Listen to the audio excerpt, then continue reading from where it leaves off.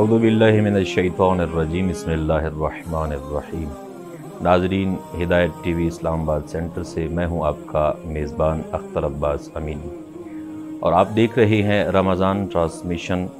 آج ہمارا رمضان کے حوالے سے جو اس ماہ مبارک رمضان کا عنوان ہے وہ ہے معرفت رمضان۔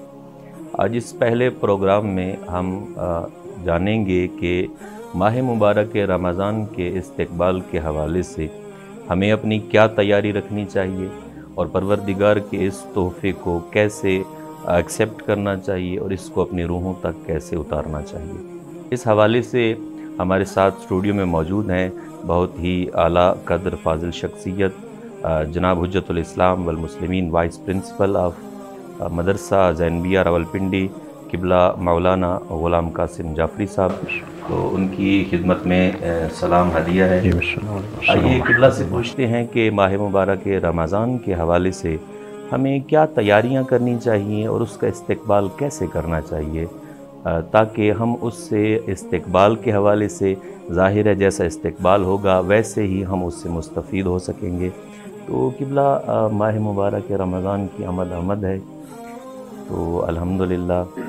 اللہ نے یہ توفیق بخشی ہے کہ ایک بار پھر ہم ماہ مبارک رمضان میں ہیں۔ تو آج پہلے پروگرام کے حوالے سے ہم چاہتے ہیں ہم اپنے ناظرین کو ماہ مبارک رمضان کے استقبال کے حوالے سے بتائیں کہ جو تقریباً ہمیں یہی ہوتا ہے کہ رمضان آ گیا، رمضان چلا گیا، رمضان ختم ہو گیا، تو استقبال کیسے کرنا چاہیے؟ جی بسم اللہ۔ اعوذ باللہ من الشیطان اللعین الرجیم،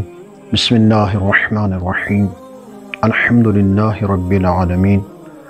الصلاة والسلام علی محمد وآلہ الطیبین الطاہرین المعصومین الذین اذہب اللہ عنہم الرجس وطہرہم تطہیرا۔ اللہم صلی علی محمد وآل محمد۔ سب سے پہلے میں ہدایت ٹی وی کا شکر گزار ہوں جنہوں نے موقع فراہم کیا کہ کچھ گزارشات مومنین تک پہنچائی جائیں، اور قبلہ میں آپ کا بھی شکر گزار ہوں کہ آپ نے ہمیں یہ موقع فراہم کیا۔ سب سے پہلے تو میں یہ عرض کروں گا کہ ہدایت ٹی وی اسم با مسمہ ہے۔ ماشاءاللہ اس کا نام ہی اتنا خوبصورت ہے کہ جو اپنے اندر بہت سارے راز چھپائے ہوئے ہیں، اور ماشاءاللہ اس چینل سے دین مبین، دین حقہ کی جو نشر و اشاعت ہوتی ہے اور حقائق کو بیان کیا جاتا ہے، وہ اپنی مثال آپ ہے۔ اور میں مبارکباد پیش کرتا ہوں اس ہدایت ٹی وی کے چیئرمین جناب علامہ ڈاکٹر مفسر قرآن غلام حسین عدیل صاحب قبلہ کو، کہ جو شب و روز اس ہدایت ٹی وی کے حوالے سے خدمات سر انجام دے رہے ہیں۔ خالق ان کی توفیقات خیر میں مزید اضافہ فرمائے، اور جو وہ خدمت دین کر رہے ہیں وہ بھی اپنی مثال آپ ہے، اور خصوصاً ان کی جو تالیف اور تصنیف کا سلسلہ ہے وہ بہت ہی منفرد قسم کا ہے۔ ماہ مبارک رمضان، سب سے پہلے تو میں یہ عرض کروں گا کہ رمضان کو فقط رمضان نہیں کہنا چاہیے، اس کو ماہ رمضان المبارک کہنا چاہیے، کیونکہ بعض روایات میں ملتا ہے کہ رمضان اللہ کے اسماء میں سے ایک اسم عظیم ہے، اور جب کوئی کہنے والا کہتا ہے کہ رمضان آیا، رمضان گیا، رمضان آ رہا ہے، رمضان چلا گیا، تو یہاں مفسرین نے لکھا ہے کہ اللہ کہیں آتا اور جاتا نہیں ہے، وہ اپنی قدرت کاملہ سے ہر جگہ موجود ہے، لہٰذا اللہ کا مہینہ شہر اللہ جو سید الشہور قرار دیا گیا ہے، تمام مہینوں کا سردار مہینہ ہے، اس کے استقبال کے لیے ہمیں اپنے آپ کو آمادہ اور تیار کرنا چاہیے، اور اس ماہ مقدس شعبان المعظم جو ابتدائیہ ہے،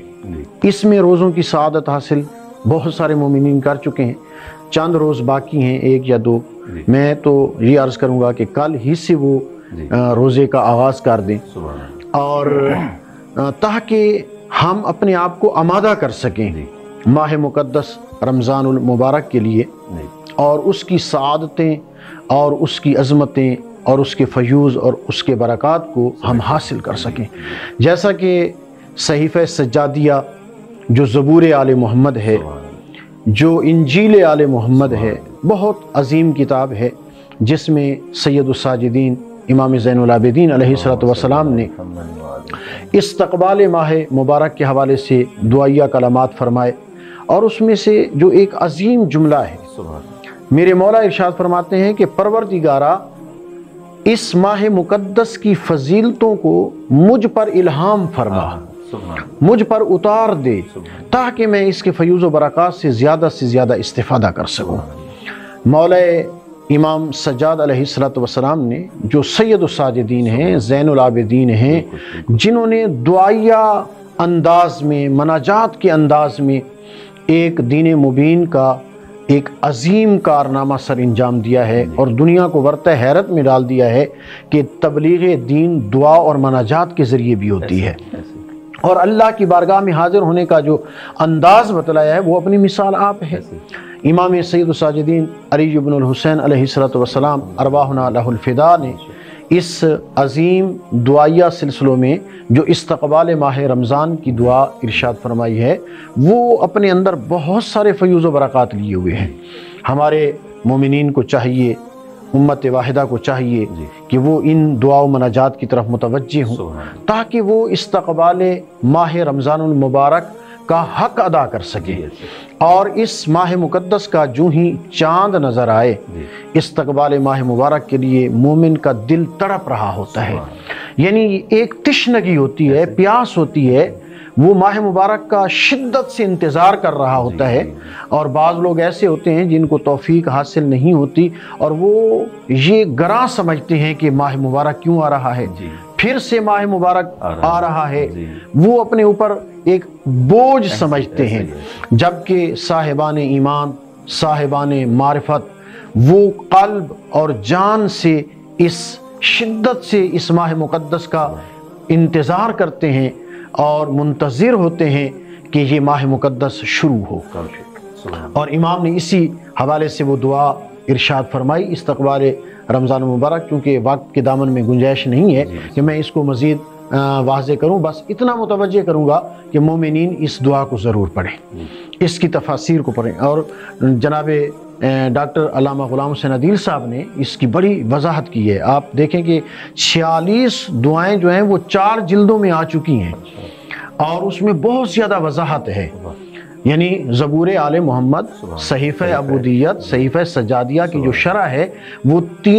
4 جلدیں مکمل آ چکی ہیں منظر عام پر. مومنون اس سے استفادہ کریں، اور مزید جلدوں پہ کام ہو رہا ہے، اور وہ انشاءاللہ تمام دعا و مناجات جو امام مولا سجاد علیہ السلام کی ہیں ان کی تفسیر اور شرح آ جائے گی. یہ بہت بڑا خزانہ ہے قوم اور ملت کے لیے، بالاخص ہمارے نوجوانوں کے لیے، اور خصوصاً یہ جو 4تھی جلد منظر عام پہ آئی ہے یہ تو اپنی مثال آپ ہے. کمال کا جو ہے اس میں میٹر نوجوانوں کے لیے دیا گیا ہے. اور میں آپ سن کر حیران ہوں گے کہ ڈاکٹر صاحب ایک نجی محفل میں فرما رہے تھے کہ میں نے اپنی اولاد سے ایک وصیت کی ہے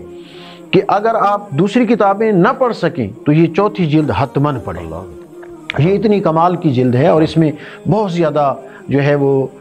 عظمتیں اور فیوض و برکات ہیں جن سے ہمارے نوجوان استفادہ کر کے استقبال ماہ مبارک کا حق ادا کر سکتے ہیں. بس میں اتنا ہی عرض کروں گا کہ استقبال کے لیے اپنے آپ کو آمادہ کیجئے. اور جو آخری بات میں استقبال کے حوالے سے عرض کرنا چاہوں گا وہ یہ ہے کہ جو ہی ماہ رمضان المبارک، ماہ مقدس، شہر اللہ کا چاند نظر آئے، مومن اس طرف میں ہو کہ میں اس چاند کی زیارت کروں اور جو مخصوص دعائیں ہیں ان کی تلاوت کرے، اور اس چاند کو دیکھ کر اس کی زیارت کر کے وہ دعا مانگے تو اللہ اس ماہ مقدس کے صدقے میں دعا کو رد نہیں کرے گا.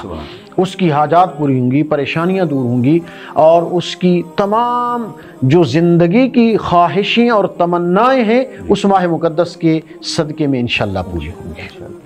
اچھا قبلہ، بہت خوبصورت انداز سے ماہ مبارک رمضان کے استقبال کی جو ہمیں بتا رہے تھے، نصیحت فرما رہے تھے، خصوصاً صحیفہ سجادیہ کے حوالے سے کہ امام زین العابدین نے ماہ مبارک رمضان کو کس طرح پکارا ہے کہ پروردگار مجھے الہام فرما اس کے فیوز و برکات. یعنی ممکن ہے ہمارے اندر وہ معرفت نہ پائی جا رہی ہو جیسی کہ خداوند متعال نے اس ماہ مبارک رمضان میں فیوز و برکات رکھی ہیں، تو اس کے فیوز و برکات کے الہام کی پروردگار کو ذمہ داری دینا یہ واضح بتاتا ہے کہ ہمارے افہام، ہمارے ذہن اس ماہ مبارک رمضان کے فیوز و برکات تک نہیں پہنچ سکتے، اس کو ادراک نہیں کر سکتے. اچھا کہ بلا جس طرح ہم عموماً ایک دیکھتے ہیں کہ آپ ایک اگر تناور درخت دیکھنا چاہتے ہیں تو اس کے لیے سب سے پہلے زمینہ سازی کی جا سکتی ہے، کرنی چاہیے، زمین کو تیار کرنا چاہیے، اس میں بیج بونا چاہیے، پھر اس کو پانی دینا چاہیے، تب وہ بڑا ہوتا ہے. پھر اس کو جس طرح باقی جو اس کو خراب کرنے والی بیماریاں ہوتی ہیں ان سے انہیں بچانا چاہیے. پھر ایک تناور درخت ہوتا ہے، بعد میں جا کے اس سے پھل ملتا ہے. تو رمضان المبارک کے استقبال کے ضمن میں ہم ان فیوز و برکات کے پھلوں سے کیسے مستفید ہو سکتے ہیں؟ کیونکہ عموماً ہم تو دیکھتے ہیں کہ ماہ مبارک رمضان کے استقبال کا یہ ہے کہ ہمیں ٹھنڈی جگہ پہ چلے جانا چاہیے، سحری میں کیا کھانا ہے، افطاری کا انتظام کس طرح سے کرنا ہے. ہاں بھاگ دوڑ کے ہم نے نمازوں کی ادائیگی با جماعت یا جس طرح ہم نے کرنی ہوتی ہے. تو کیا اتنے میں وہ فیوز و برکات ہمیں مل جاتے ہیں، استقبال ماہ مبارک رمضان مکمل ہو جاتا ہے، یہ کچھ اور بھی چیزیں ہیں جن سے ہمیں مزید استفادے کی ضرورت ہے؟ خوب، بہت اہم ترین آپ نے سوال فرمایا. میں یہ عرض کروں گا کہ جیسا کہ آپ نے فرمایا کہ ہم ایک زمین تیار کرتے ہیں، اس میں بیج کاشت کرتے ہیں، اس کو پانی دیتے ہیں، اس کی گوڈی کرتے ہیں، اس کی حفاظت کرتے ہیں، اور اگر اس کے ساتھ کوئی ایسی فاسد قسم کی جڑی بوٹیاں اگ آئیں تو ان کو ہم تلف کر دیتے ہیں تاکہ اس کے جو زمین سے فیوز و برکات وہ درخت لے رہا ہے اور تن آور ہونا چاہتا ہے، ثمر آور ہونا چاہتا ہے، تاکہ وہ چیزیں علائشیں وہ ختم کر دی جائیں. بعین ہی اسی طرح اگر ہم چاہتے ہیں کہ ماہ مقدس کا ہم اس طرح استقبال کریں جس طرح معصومین کیا کرتے تھے، جس طرح انبیاء علیہ السلام نے کیا، اس انداز میں ہم اپنے آپ کو آمادہ اور تیار کریں. امید ہے انسان کی بخشش. بے شک. اور اس فقط کھانا پینا روزہ نہیں ہے، ٹھیک ہے جی، اے سی روم میں پورا دن سو جانا روزہ نہیں ہے. ہم اس روزے پہ انشاءاللہ پورا پروگرام کریں گے جی انشاءاللہ. تو میں یہ عرض کروں گا کہ انسان جو ہے وہ اپنے آپ کو اس طرح آمادہ اور تیار کرے جس طرح آپ نے مثال دی، بہت خوبصورت مثال ہے. یعنی اپنے آپ کو ایک احساس کی دنیا میں لے آئے، احساس اس کو ہو، اور روزے کے احساس کے ساتھ وہ یہ ادراک کرے کہ میں نے اس کے جو ثمر ہیں، جو اس کے نتائج ہیں، وہ میری زندگی پہ کیسے نافذ ہوں گے، میں کس طرح اس روزے کے فیوز و برکات کو دنیا تک پہنچاؤں گا، اور اس روزے کے فیض سے میں لوگوں کی کیسے خدمت کروں گا. اور احساس پیدا ہوگا کہ بھوک اور پیاس کیا ہوتی ہے. وہ افراد جن کو پینے کا صاف پانی میسر نہیں ہے، وہ افراد جن کو 2 وقت کی روٹی میسر نہیں ہے، میں ان کی کیسے خدمت کر سکتا ہوں، میں اپنے واجبات کو ادا کروں. فقط روزہ جو ہے وہ کھانے پینے کو ترک کر دینے کا نام نہیں ہے. استقبال ماہ مبارک کا حق تب ادا ہوگا جب ہم اپنے اندر ایک احساس پیدا کریں گے. اچھا، جس طرح ماہ مبارک رمضان میں روزے فرض کیے گئے ہیں، بعض روایات میں، تاریخوں میں ملتا ہے کہ رسول خدا صلی اللہ علیہ وآلہ وسلم روزے فرض ہونے سے پہلے بھی میرے قبلہ کہتے ہیں کہ غار حرا میں چلے جاتے تھے اور پورا مہینہ وہاں عبادات کرتے تھے. دن سارا روزے کی حالت میں گزارتے تھے اور راتوں کو عبادت، پروردگار سے مناجات. تو ماہ مبارک رمضان کے حوالے سے رسول خدا کا جو استقبال ہے اور ائمہ کا جو استقبال ہے وہ بڑے خوبصورت انداز سے آپ نے بیان کیا. تو ان کی سیرت سے جو ہم استقبال کے حوالے سے ماہ مبارک کی کوشش کرتے ہیں کہ اس حوالے تک نہ صحیح کم از کم ان کی تعلیمات کو لے کے ہم کچھ حاصل کر سکیں. ماہ مبارک رمضان کی فضیلتوں کے حوالے سے بھی بہت تذکرہ روایات میں، خود قرآن مجید میں، جہاں خصوصاً سب سے بڑی فضیلت یہ ہے کہ پروردگار نے اس ماہ مبارک کے رمضان کے قلب میں اپنے کلام کو ہم تک پہنچایا ہے ہدایت کے طور پر. تو ماہ مبارک کے رمضان کی جو یہ فضیلت ہے، اس کے علاوہ بھی جتنی فضیلتیں ہیں جن کا احساس کم از کم ہم نہیں کر سکتے،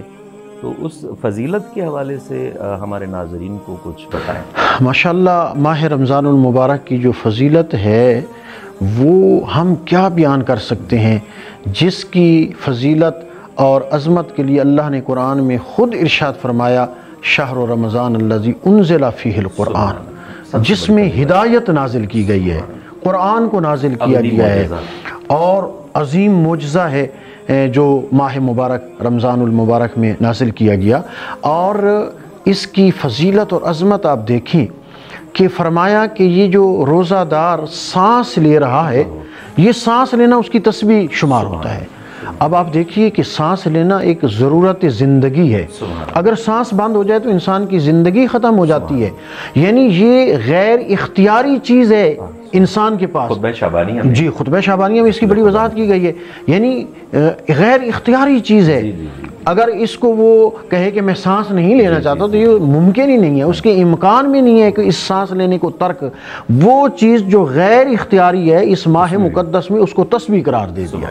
کہ وہ تسبیح لے رہا ہے، چاہے وہ چل رہا ہے، پھر رہا ہے، لیٹا ہوا ہے، سو رہا ہے، جاگ رہا ہے، سانس لے رہا ہے، ایک ایک سانس کے بدلے اس کی تسبیح چل رہا ہے۔ اب آپ دیکھیں کہ وہ کوئی زحمت نہیں کر رہا، کوئی عبادت کے لیے ایک خاص انتظام و انصرام چاہیے، ایک ماحول چاہیے، لیکن آپ اپنے کاموں میں مصروف ہیں، روزے کی حالت میں ہیں، سانس لے رہے ہیں، آپ کا سانس جو ہے وہ تسبیح۔ میں سمجھتا ہوں کہ اگر فقط اسی بات پہ روزہ دار جو ہے وہ غور و فکر کر لے کہ یہ سانس لینا شہر اللہ میں تسبیح ہے، تو وہ خود سمجھ سکتا ہے کہ اس کی عظمت کتنی بلند ہے، اس کے فیوز و برکات کتنے اہمیت کے حامل ہیں کہ میرا سانس لینا بھی عبادت شمار ہو رہا ہے۔ اچھا کہ جہاں سانس کے حوالے سے انفاسہم تسبیح ونومہم عبادہ، بے شک اس طرح آپ نے خوبصورت وضاحت کی ہے کہ سانس لینے میں اختیار نہیں ہے، سانس رک جائے تو موت ہے، یعنی آپ کی زندگی کا ایک ایک لمحہ عبادت پروردگار میں گزر رہا ہے۔ اس ماہ مبارک رمضان کی فضیلت وہاں نیند کے حوالے سے کہ جیسے ہم جانتے ہیں کہ نیت، اختیار، ہوش و حواس، اللہ کی نیند میں یہ ساری چیزیں نہیں ہیں، نیت بھی نہیں ہے، ہوش و حواس بھی نہیں ہے، اختیار بھی نہیں ہے، تو پروردگار کا یہ کتنا بڑا تحفہ ہے ماہ مبارک رمضان کی فضیلت کے حوالے سے کہ جہاں سانس لینا بھی تسبیح ہے، سونا بھی عبادت ہے، اور ایسے ایک مہینے کا ہمیں کیسے استقبال کرنا چاہیے، اس کے حوالے سے امام کا وہی جملہ ہے کہ پروردگار اس کی عظمت اور اس کے فیوز و برکات کیسے حاصل کرنے ہیں یہ تو ہمارے دلوں میں الہام کرتا۔ اس کے ماہ مبارک رمضان کے نام کے حوالے سے بھی جو لغات میں آیا ہے تشریح اور تفسیر کیا ہے، اس نام میں بھی اس کے مکمل پیغام موجود ہے بالکل، تو وہ بھی ہمارے ناظرین کو آپ ضرور شیئر کریں جو اس کی فضیلت کی طرف ہمیں لے جاتا ہے۔ ماشاءاللہ یہ جو میں نے پہلے بھی عرض کیا کہ رمضان اللہ کے ناموں میں سے ایک نام ہے، یعنی اللہ نے اپنے نام کے ساتھ اس ماہ مقدس کو منسوب کر دیا ہے، نسبت اللہ کے نام کے ساتھ ہے کہ یہ اللہ کا مہینہ ہے، اللہ کا یہ ماہ مقدس ہے۔ اور روایات میں ملتا ہے کہ رمضان کا نام رمضان اس لیے بھی رکھا گیا ہے کہ جس طرح موسم خزاں میں پتے زرد ہو جاتے ہیں، پتے جھڑ جاتے ہیں اور ایک عجیب سی کیفیت ہوتی ہے، اور خزاں کے اختتام میں جب اللہ رب العزت ان فرشتوں کو حکم دیتا ہے کہ آپ رحمت، باران رحمت کو برسائیں، اور جب وہ بارش برستی ہے تو وہ تمام کے تمام پودے نکھر جاتے ہیں، دھل جاتے ہیں، وہ مٹی گرد آلود جو ہوتی ہے وہ ختم ہو جاتی ہے، ایک نکھار پیدا ہو جاتا ہے۔ فرمایا یہ رمضان بھی اسی طرح انسان کے گناہوں کو دھو ڈالتا ہے، انسان نکھر کر سامنے آ جاتا ہے، انسان ایک بندہ مؤمن بن جاتا ہے جب اس ماہ مقدس کے فیوز و برکات کو اپنے اوپر لے آتا ہے اور اپنے ماہ مقدس میں عبادات میں مصروف ہو جاتا ہے، جہاں سانس لینا اس کی عبادت شمار ہو رہی ہے، نیند کرنا اس کی عبادت شمار ہو رہی ہے، اور وہاں پہ اس کے لیے اللہ نے ایک دسترخوان بچھا دیا ہے۔ اس ماہ مقدس کے حوالے سے یہاں تک ارشاد فرمایا گیا معصومین علیہ السلام کی طرف سے کہ آپ جو اہتمام کرتے ہیں، دسترخوان بچھاتے ہیں، آپ جتنا خرچ کرتے ہیں وہ آپ کی زندگی میں اخراجات میں شمار نہیں ہوتا، چونکہ اللہ میزبانی کر رہا ہے، آپ اس کے مہمان بن گئے۔ جس دسترخوان پہ میزبان اللہ رب العزت ہو، ان مہمانوں کی عظمت کتنی بلند ہوگی کہ اللہ ان کو دعوت دے رہا ہے کہ میرے دسترخوان پہ آ جاؤ۔ یہ استقبال ماہ مبارک کے فیوز و برکات ہیں کہ ہمیں اللہ نے بلایا ہے، ہمیں اللہ نے دعوت دی ہے۔ اور یہاں تک حدیث قدسی میں ارشاد فرما دیا، الصوم لی وانا اجزی بہ، روزہ میرے لیے اور میں اس کی جزا، ہر عبادت کی جزا تو اللہ نے دینی ہے، لیکن خصوصیت کے ساتھ کیوں ارشاد فرمایا کہ روزہ میرے لیے اور میں اس کی جزا، یہ عظمت کو بیان کرنے کے لیے، اس کی فضیلت کو بیان کرنے کے لیے، تاکہ بندہ مومن کو ادراک ہو جائے کہ اس ماہ مقدس کی عظمت اور فضیلت کتنی بلند ہے۔ سبحان اللہ۔ اس ماہ مبارک کے رمضان کی فضیلت اور برکت کے حوالے سے، خصوصاً استقبال اور فضیلت کے حوالے سے، جیسا آپ نے بہت خوبصورت انداز میں وضاحت کی ہے، مولا کائنات علی علیہ السلام کی زندگی میں اس فضیلت کے حوالے سے جو ایک واقعہ میں سامعین اور ناظرین اور آپ کے سنانے کے حوالے سے عرض کرتا ہوں کہ نجاشی نامی ایک شخص جس نے شراب پی اور حد جو فقہ میں بتائی گئی ہے کہ 80 کوڑے مارنے ہیں، تو مولا نے 80 کوڑے مروائے، پھر رات زندان میں رکھا، اگلی صبح پھر 20 کوڑے مروائے۔ وہ نجاشی پوچھ رہا ہے کہ مولا 80 کوڑے تو حد ہے، آپ یہ 20 کوڑے کیوں مار رہے ہیں؟ فرمایا یہ ماہ مبارک رمضان کی عظمت کی وجہ سے ہے کہ تم نے ماہ مبارک رمضان میں پروردگار کی معصیت کر کے اس عظمت کا انکار کیا ہے، اس عظمت پہ جسارت کی ہے۔ تو کیا خوبصورت پیغام ملتا ہے ہمیں